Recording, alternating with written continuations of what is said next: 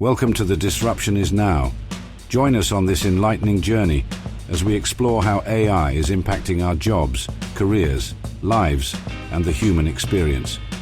Each episode, host Greg Matusky will converse with visionaries and innovators at the forefront of AI, diving into its challenges, opportunities, and impact.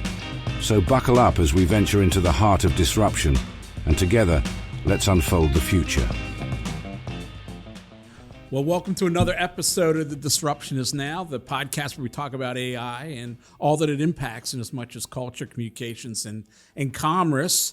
This is episode 82 of our ongoing series. And we're going to talk a little bit about AI and how it's disrupting financial services, the hyper-conservative world of financial services. And I'm pleased to have my guest, Mark Gilbert. He's the CEO and founder of Zocks, which, full disclosure, is a client of my PR firm. Mark, thanks for being with us. And let's get right into the conversation about AI and financial services. A lot of times they don't go together. What are your thoughts about AI and what its applications are in the world of financial services? Yeah, thanks, Greg. And it's great to be here. They do, to your point, I think a lot of people think of AI and just frankly, a lot of new technology and financial services as a more conservative industry. The uptake we've seen in AI and financial services has been, I would say, surprisingly strong. We work purely with financial service companies. And, one of the things that AI has just been very impactful for them is there is a lot of administrative work, in the back office, if you will. For those that don't know, over half the industry's time is spent on what they call back office items. So not working with customers, helping clients and things like that, but really, getting data around the systems, forms, applications, all these things. And so AI has been super impactful for them there, both as a time saver, but even now as we're seeing, more and more usage, it's helping them, frankly, offer a better client experience, which is fantastic to see, but as your point, is a little surprising at how quickly they've been adopting it. And Mark, it is interesting to me that Zocks in the financial services and the advisory business, that it really does is a case study for the power of AI, taking individuals and organizations away from the tedium, away from the paperwork, and allow them to focus on those things that they're best at and the highest value. So in the world of advisories, give us an insight into that demarcation. A lot of people I know do not realize that they go to a cocktail party and they meet a wealth manager who's not a wealth manager, but a lot of it is consumed by things other than meeting with clients, setting up plans, and going to cocktail parties and playing golf. So why don't you tell us a little bit about that line and just how rigid it had been? Yeah, so the industry, just for those who don't know it well, or only work with an individual advisor, maybe don't see behind the scenes, right? Because of the regulatory aspects, there's a lot of regulation and compliance in the industry. Obviously, they're handling money, and wealth quite a lot. There's a lot of back end systems, right? So they are, if you go, start working with a new advisor, they are spending hours and hours, frankly, on what we would call paperwork or administrative tasks, right? Of filling out systems, intaking clients, opening accounts, all of those types of things. And as a simple just kind of understanding or test, for anybody who's walked into a bank in the last 10 years and tried to open an account, right? It's obviously doable.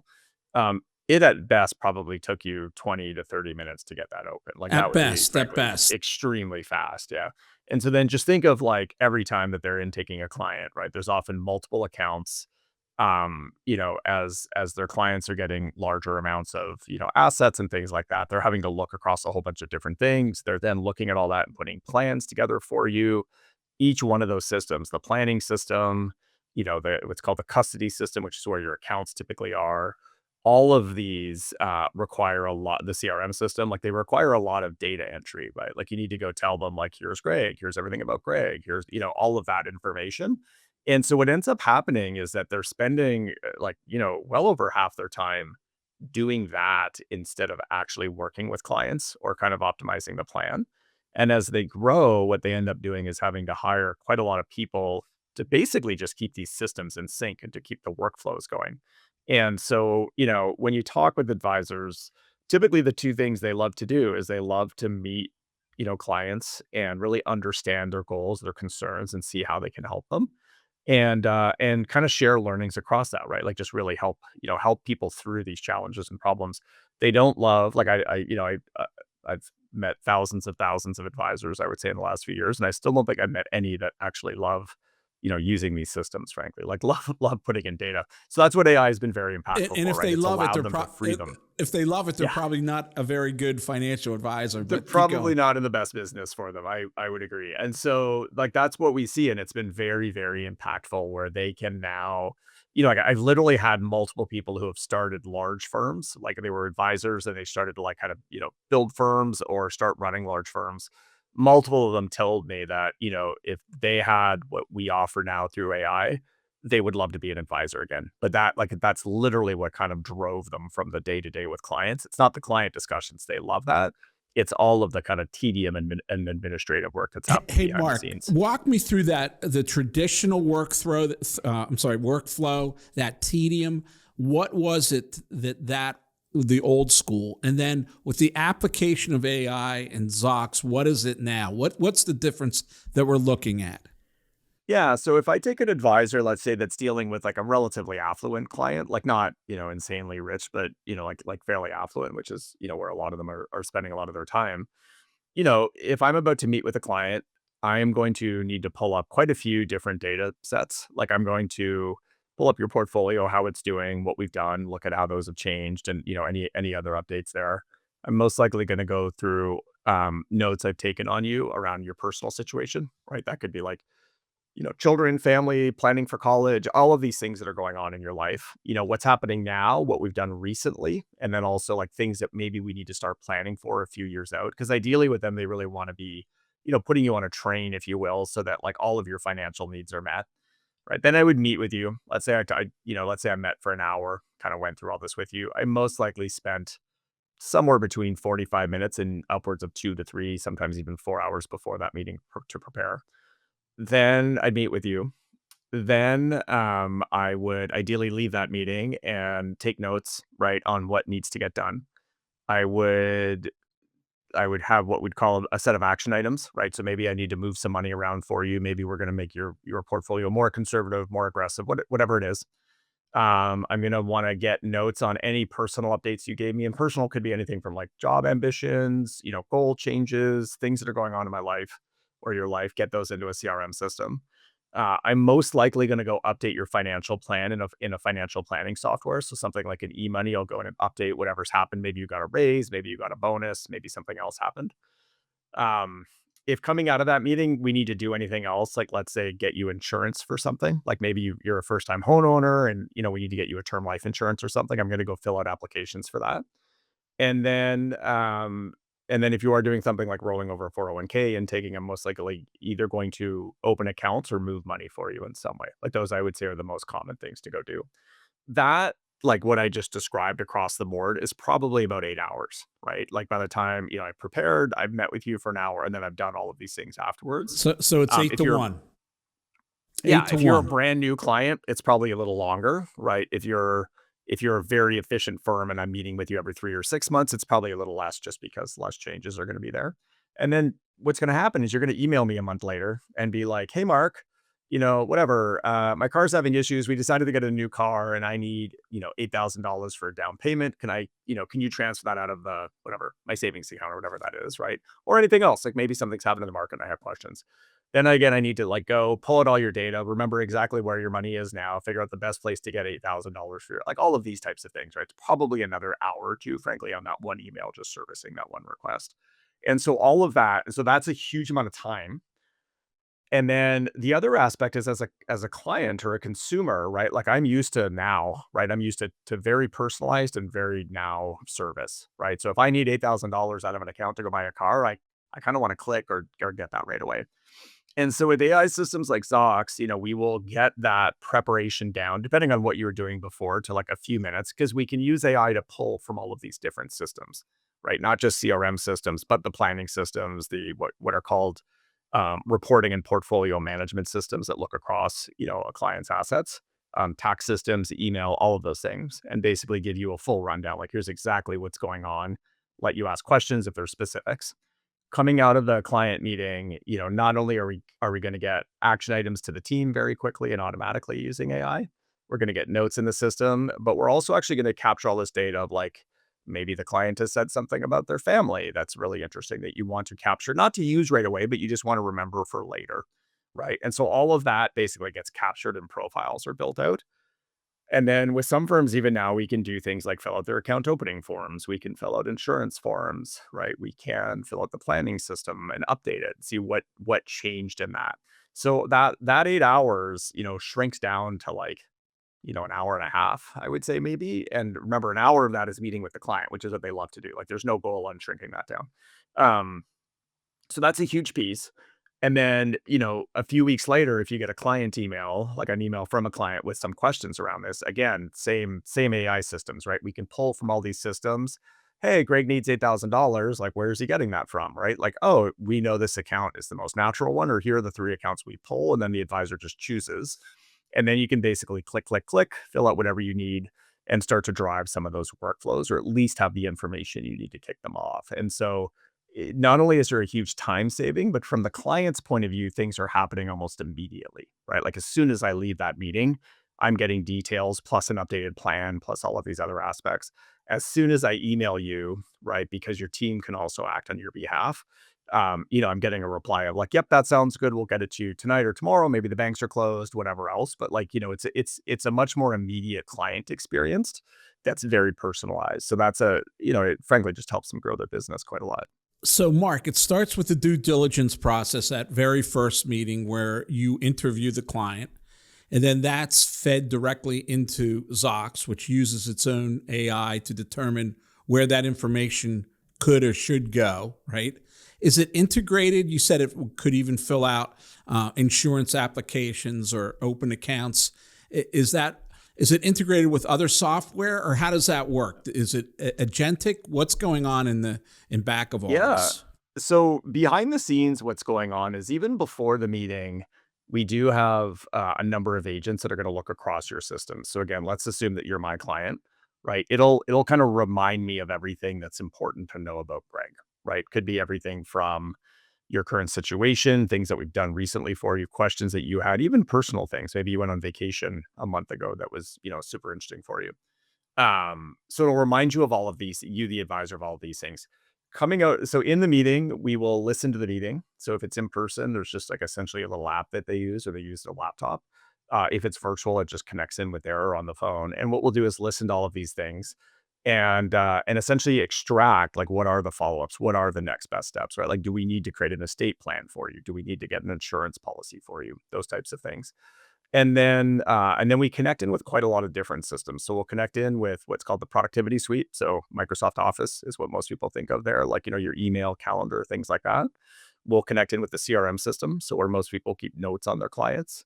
We will connect in with a planning system. So systems like eMoney, which are very, quite common in the industry. And I would say, Right? quite popular.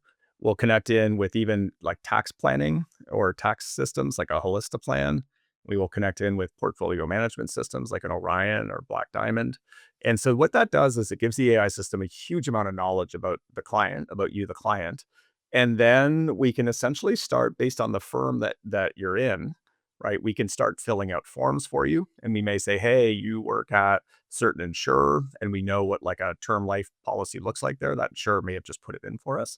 And we'll basically say, hey, across all of these data sources we have about Greg, let's say there's 25 data points that we need to fill out for a term life policy. Here are the answers, or here are 23 of the 25, and the other 2 data points you need to give Greg or ask Greg about. And so it's really just automating as much as we can around the data, structuring it, and then even now integrating with those systems to start to kick off things of like opening accounts, creating an account. Intake forms are, for anyone who's ever filled out a long survey, I'm sure like you've had people send these to you, which is like, on a scale of 0 to 5, how comfortable are you with stock investing, right? On a scale of 0 to 5, how comfortable are you with options or something like that, right? All of that can automatically get processed and filled in.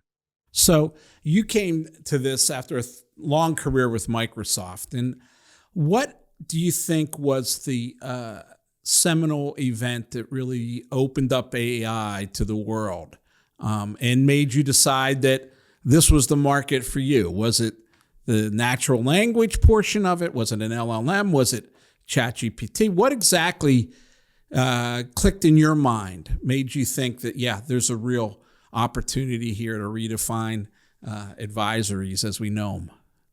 Yeah, so we looked at so I guess two big things have happened kind of along the journey, if you will. One is I've worked with financial services firms quite a lot in different roles, like a lot at Microsoft, a lot at a company called Hearsay that focuses purely on that. And you really saw, frankly, how hard it is for them to adapt to new technology, right? Just because of the security, because of the compliance, because of the privacy, and the fact that it's all like, almost everything you deal with is either highly private and or financially related. So a huge amount of, like security and kind of auditability around it all. So that's always been really interesting for me because like these technologies, you can see where it can help out and they just can't use them, right? They just can't use them because they're not really built to the level that they need. So that was something I would say going in. And then, yeah, in late 21, early 22, 2021, 22, things had been out actually for a few years, but we started to see. So for those not familiar with AI or machine learning, the way that a lot of these systems used to work, and it's not very different, but like essentially you would take a whole bunch of data and you would give it to the system and you would say, okay, here's a bunch of data and here are the answers. And then it gets very good at like reproducing answers, right? So if you give it a new data point, it'll give you a new answer. And the challenge with those systems has always been that you have to what's called train them over and over again to get the quality that you want.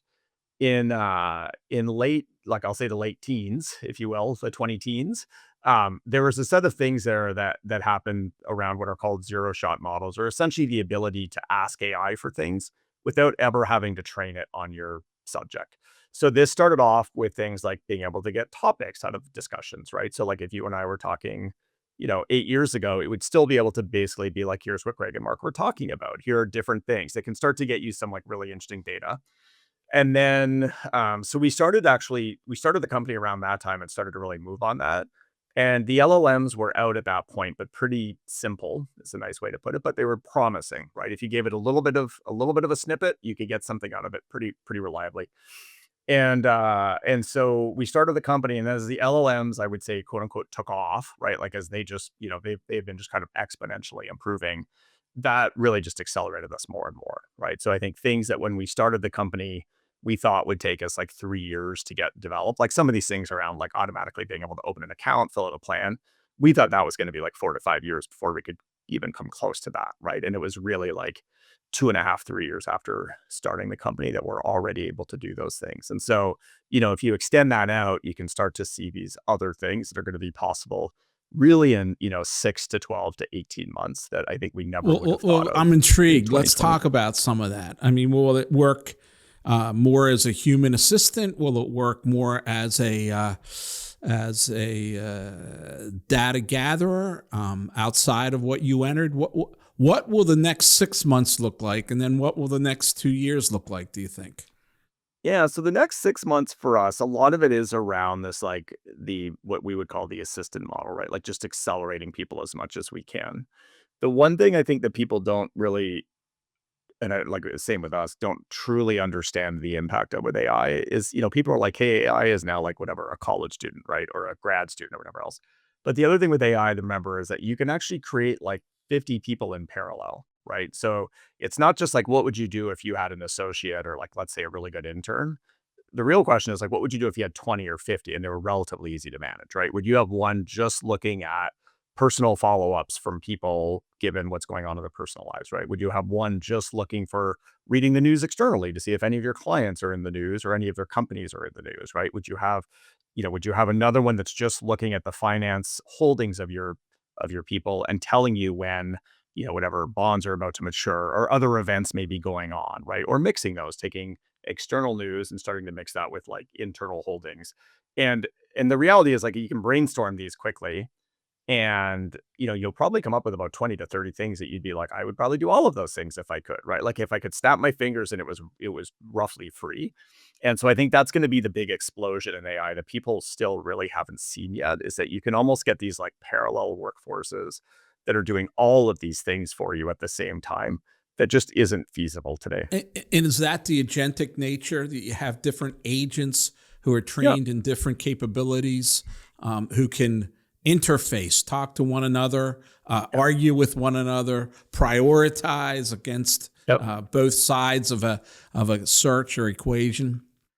Yep. No, that's exactly it. It's agents doing that. Like today, as you look at how we operate, let's say that we're again filling out a form or something for you, Greg. Like it's actually a bunch of agents underneath. So let's say we want to know, I don't know, your address, right? Or, whatever the data point is. Literally, there'll be an agent looking at your email being like, do we know Greg's address? There'll be one looking in a CRM system saying, do we know Greg's address? There's a few that will go through previous conversations that we've had saying, do we know Greg's address? Right. One may be in the planning system, one may be in the custody system, looking at all that data. And so you can think of it as like a set of people doing a lot of like administrative work. And then, one or many will put up their hand and say, hey, I think I know Greg's address. And if they're all the same, that's easy. If they're different, then you have another agent that's literally trying to figure out like, well, this is, from 10 years ago, we have this data, but he just told us last week in email that he moved. And so we know that that's going to be the right address, right? Like these types of things.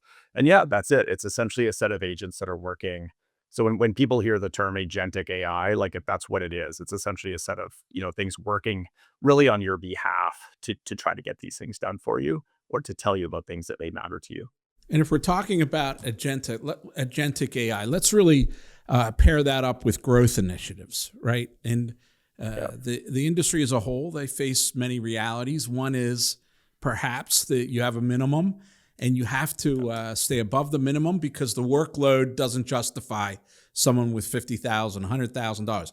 Although that 31-year-old person with $100,000 could be somebody Could with be a millionaire. 250 Yep, million 10 years later. Yeah, Yep. 10 years later. So that's one of the big balancing acts. And then the other side is those firms that want to become more they want to go up market. They want to become more sophisticated. And they want to create a quasi-family office that has all the tax and all the succession and everything that goes along with more complex financial planning issues. So talk to me a little bit about that, how it could work on both sides of the market, determined by how the owner or the advisor wants to build their practice. Yeah. Yeah. So that's like you nailed it right on the head. We see the firms that are most aggressively leaning into AI, like literally the cost structure of the industry starts to change for them in a good way. So I'll walk you through 2 to 3 different, like, the both ends of the spectrum, as you were saying. So one of them is, let's say that you know that you want to be working with some 30-year-olds, but to your point, you just can't really afford the time and the staff to do that because they don't have a lot of, money yet. And frankly, you don't know, but you're just, you're taking educated guesses on like, hey, if I go work with 10, 30-year-olds who are whatever, young Google engineers, maybe they'll have a lot of money or something like that. And so what it allows you to do is actually serve and work with those people in just a much more efficient way, right? Those people are typically not particularly complex either, right? Like they just need to save a certain amount. You need to make sure that they're doing a certain amount, figuring out what they're doing. You really want to know, when do they need their money out? Are they saving for a down payment of a house, or is this retirement savings, right? These types of things. And so you can basically now go in and work with those clients and literally under an hour, even if you want to meet them in person or virtually, like you can prepare, meet them for half an hour and follow up and be good in an hour, right? That used to take you 4 to 8 hours. And that's why like you can actually start to serve, a different segment of the market. I think related in that world, we also see people that are frankly building what you would think of as a mass affluent financial planning business that was pretty hard to do and be profitable before, right? It's just pretty hard to do because you need to meet with a lot of people. There's a huge amount of wealth in that area. In fact, I think it's like one of the largest. And expertise is areas of wealth. expensive. Expertise is But expensive. because everything was so manual before, right? It was just, you just couldn't scale it. And so now we're already seeing people make, frankly, businesses that we think will be quite profitable. On the other end of the spectrum, what you see is exactly as you said, people going kind of like what we think of as up market. And so with AI, you're seeing services that were, initially reserved for the ultra high net worth now starting to like plop down into the categories underneath it, right? And For those who remember robo-advisors, which are still getting used everywhere, like they've been quite, impactful, but like 10, 15 years ago when they came out, everyone thought they were going to totally change the industry. One of the things they did is they started to offer services that almost everyone now can tax loss harvest. Before that, nobody would tax loss harvest unless they had a fair amount of money. And so we're seeing that scaled out like time 10 times 100, right? You're going to start seeing estate planning services getting dealt with for, you know, mass affluent, or, like I would say millionaires. You're going to see the high net worth people get ultra high net worth services because all of these things are now possible. And so we're seeing people take a system like ours, like a Zocks, let's say connect it with a wealth.com, connect it with a Vanilla, which is those are estate planning systems that are like AI based. And then through that, they can actually start to offer more and more services to the client. The clients like it because they don't really want to have to go talk to another person or get handed off, repeat all their information, right? Like they'd actually rather kind of like keep it with the people that they're working with. Same on the tax side. Like a lot of work with financial planning is around tax. And so they would love that tax information to get passed to someone who's actually accounting for them as well. So the clients like it, and then the advisors like it because they can actually like go beyond just assets under management and actually start to like charge the clients a bit more. And the clients like it because it's actually much more convenient and it's less expensive than them doing these other things. And they can provide that service, frankly, to a client that probably wouldn't have access to it, unless they had more money. Now, you brought up an interesting point with robo advisors, and in some respects, many of the same questions we asked today were asked back then. Will the advisor still be at the center of the universe? Will they be a trusted advisor, or we just go online and figure these things self-serve, right, with the help of technology?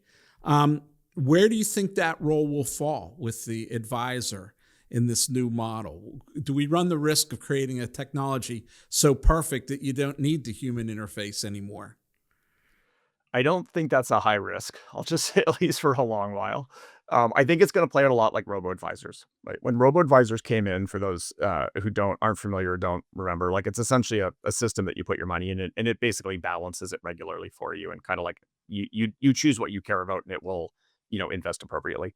When they came out, I think everyone thought, or a lot of people thought, like this is the end of advisors, right? And it was almost like a human advisor versus robo advisor situation.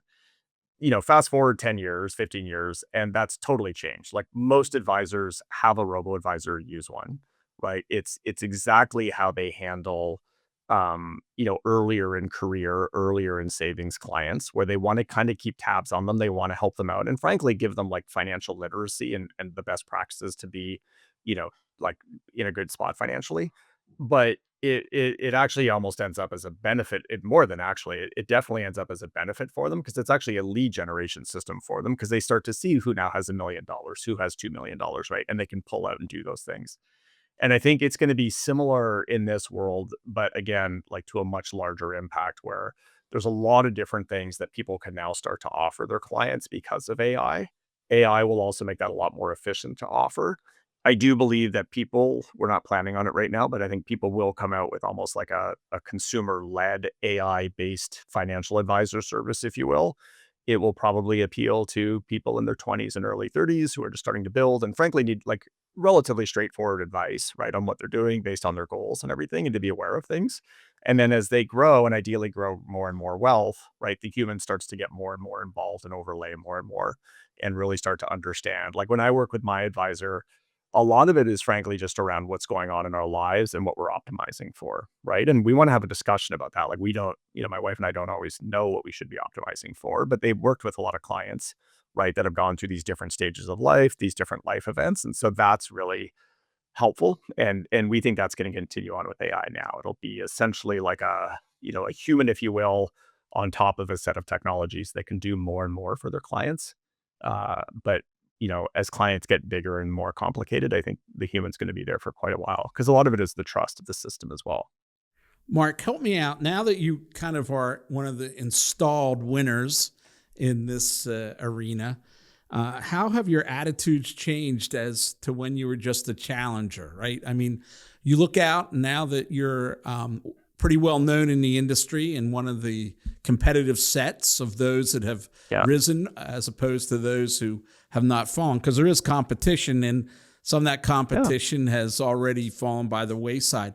How has your view of the industry changed along with the transformation of Zocks? That's a really good question. I would say, so obviously the company's transformed quite a lot, as we've gone through that. I would say we view our role in the company differently now. Like at the start, when you're starting a company, you're essentially trying to convince people or show people that what you're going to do is going to be helpful and important and impactful to them. That we still do that, but that that was 80-90% of our time in the first days, and that, is kind of gone. I think what we're seeing now is we know, just having gone through other technical transformations, right? Like this, like the internet. Like I'm old enough to tell you, like, I remember the late 90s when people were putting like pet stores online and saying, here's, like whatever, pets.com, you can get your dog food this way. Mark, I can And then you beat look, that. I remember the 80s when I first saw a GUI interface, and I thought that was there you go. remarkable. Yeah. It's like first time you saw Windows or a Mac or something, right? And you're like, oh my gosh. So I think as you go through these transformations, if you will, these generational shifts, we are definitely in one now. And the way we come out of it, right, as we're talking about like what can AI do, everyone at the start naturally will assume that it's going to do what a human does and start to like, frankly, like automate human tasks that you don't want to do today, which it's great at. It's very good. I think that's very akin to, the pet store, if you will, going online, right? Then you fast forward 20 years and you look at like an Amazon now and what you can do there. And it's just completely different from a brick and mortar store, right? Like you almost use them in completely different ways. And so to answer your question, a lot of our time now is we do get to work with some very advanced advisors and advisory shops and RIAs and broker dealers and insurers now, which is great. And we are both learning from them, but we are also, because they're now starting to use the technology more and more around like what's easy to use, what's hard, what are other ways they can benefit. And then I think we're also seeing this shift to what I would call kind of like best practices and people coming to us to really understand like how should I be thinking about this long term, right? Like what should, like, not just can you help me with this and save a bit of time, but like how should I really be thinking through that? I think we view as we continue to build a lot of really interesting things, we view our role in the company's role is kind of helping a lot of our best firms, like almost, I don't want to say guide them because that sounds a little too much like we know where we're going and they don't, but more of like guide with them, if you will, and frankly, work with them and build with them. Well, it Whereas sounds like early you're on, going it was a through, little different. you're going through the classic AI spectrum of you were task building, you were meeting tasks and Yeah. problems, and now you're workflow designing. That's where I stand in my own business. I mean, we were early disciples and believers in AI, and it all started with what could we solve, right? What could we do? Oh, Yeah. look, in the early days, it didn't do a good job of writing news releases. Today, I would be challenged to say that. But we wrote a news release writing tool, right? Well, Yeah. that was a tool. Yeah. And we pulled that out when we had a news release to write. Today, I've spent probably 6 hours online, Mark, and it's all been in AI. Yeah. I have not opened Word or I have not opened Yeah. Docs all day. Everything Yeah. I've done was in AI, right to my email on things that I was doing. And so you look at that and you say, that's the progression. It goes from tasks to workflow to then inventing the idealized version of what That's it. you and your client want. Okay. Yeah, that's it. Like, what would it look like? And frankly, like for you, right? Like, what does your firm look like 5 years out from now? Because like at the start, you can say, hey, it's helping us. But you're probably already thinking through, like, are there a different set of clients, maybe earlier or smaller, that we could start working with earlier, help out, in a way, because it's just less heavy from a human's point of view, right? Like you have a firm of very, I would say, kind of strong professionals who know their craft and everything else. And so it's like, it's a pretty big, when you engage with someone, it's engaging, right? Like it's a deep thing. And so there's all of these things I think that will come up. And as we're working with financial firms, like, to the discussion that we just had around those, that's where a lot of it now is starting to think through, like, what are those? What's the impact that we can have?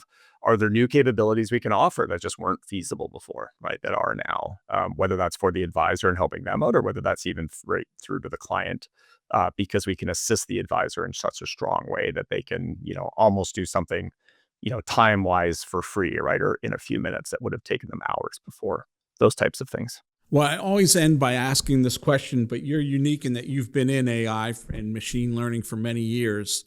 And I guess really the demarcation point for a lot of this was ChatGPT, at least the general public. They had no idea They couldn't interface with a machine, right? And natural language provided us all with the ability to be our own coders and our own computer scientists in some ways. But in general, AI, has it changed you at all? If you look at the broader sense, just not Zocks and financial services, but what you see as artificial intelligence, has there been any epiphany on your part as to what it means to humanity, what it means to us as a people and a culture? Yeah, I do. Like, I see a number of things there that are kind of ahas for me, right? One of them that I'll start with, which I think most people have seen at this point, is especially as you get, a little farther in your career, you have to almost remind yourself to keep learning new things, right? Like just, like it's kind of, once you get to learn things, you more operate. AI is like the easiest learning tool on the planet, right? Like you can go in and ask it anything, right? I can go be like, hey, my bathtub's leaking. What should I do? Like there's just all of these things, right? Like I think it went from very hard, like YouTube definitely helped there, right? And then AI just makes it that much better. So that's been a huge piece for me.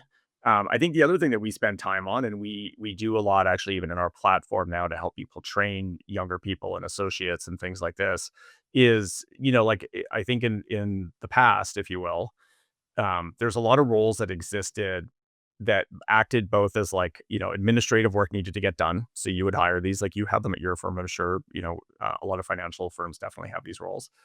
And that the trade was like you go do that work and you basically get trained, right? Like that was kind of the trade-off, right? So like That's right. financial That's right. associates and things That's right. like You got that. to, And you got to know how to do media research before you can do public relations, right? So yeah, you and start there's like there. a lot of like I don't want to say grunt work, but a lot of just hard grinding work to get that done. Now that AI can do a lot of those things for us, right, for different firms, and I think this is like pretty true across a whole spread of industries.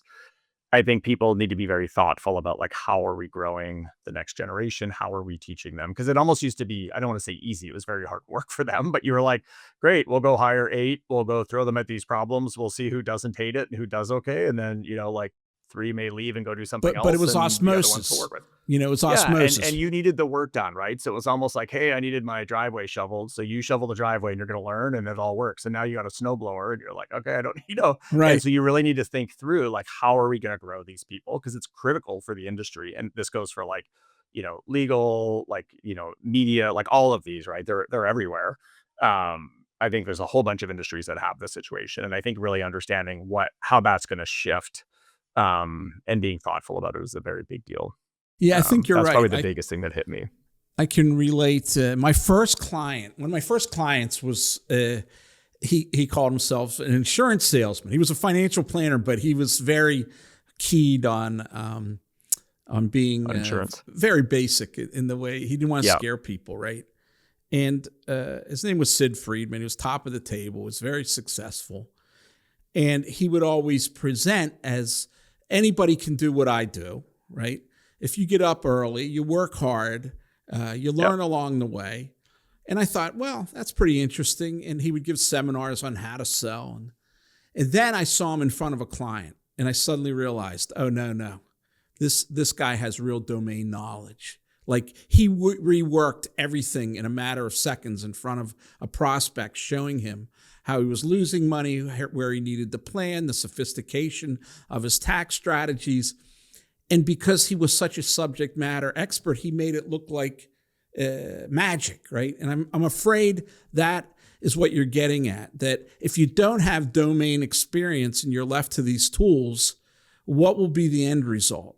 And I see that in just the content side. If you don't know what good writing is, you don't know how to identify an audience and speak to them, then the end result is worthless in AI. So how are we going to train young people to gain this domain knowledge when they're no longer, doing the suturing, right, after the surgery, but they stood there the whole time when a 55-year-old female fertility specialist did a very creative, in the moment operation that allowed somebody to have children. How do you teach that? And that is a big concern, I think, as we go forward. I don't have any answers. Maybe you do. No, I've been thinking about it more and more. That's exactly it, right? It's like, it's a very simplistic analogy, but it's like you learn math with and without a calculator, right? And so, as you go, like I went through engineering and, after not very long, you use calculators all the time, but you still learn the basics, right? Like the fundamentals. And I remember like when I was at Microsoft in college, as we interviewed, like they would always interview, like, you can't use any of these, like there's the libraries in computer science. You can't really use those in the interview. Like they want to make sure that you have like, from first principles, how to do these things. And I think that's going to get harder and harder to get into people, like both from an experience point of view, as well as just frankly having the patience to do it. Right. Because like you know, if you're active in your analogy in the operation, even if you're suturing, you're watching because you're there. Right? Exactly. If you're not actually doing anything, I'm sure you're going to be wrapped in attention for the first 5 or 10 minutes, but it's pretty hard to like, stay involved if you don't really have a role directly. And I think that's going to be a bigger challenge for people. Just because a lot of the basics now are like, queryable, or you can just prompt and ask a question to get the answer for. And I think the key to it is to maintain curiosity. And if you can't get young people curious in it, I think we're in for a rocky future. I know my own journey, which has been pretty interesting, was really fueled just by my curiosity that a machine could write. I mean, to me, that was high intrigue. How was it doing it? In the beginning, I pushed it as far as I could. I figured, look, in the end, if I walk away, at least I will know, right? But if I accept it, I'm going to figure out when to use it, when not to use it. I'm going to be more efficient because I'm not going to go down blind alleys and use it to write the next great novel when it will never create the great Gatsby, but it will create really effective business communications, which I can teach to others, and that would be exciting. But Mark, I want to thank you for being with us. It was a fascinating conversation. Zocks, it's Zocks.com, right? Yep. Yeah, we have Zocks. That's a big step for a startup when you get the .com. So we that's have true. That down that's too. true. Yeah, and you're doing great work and really redefining the advisory business and relieving a lot of the tedium and things that get in the people's way, so they can focus on how to make other people more enriching their lives. So I thank you for your effort. It was great having a conversation. Thanks, Greg. You as well. I really appreciate it. Really appreciate all the work together too. Take care. This podcast is a production of Gregory. If you enjoyed our discussion today and want to continue exploring the transformative power of AI, please check out more episodes and subscribe wherever you listen to podcasts.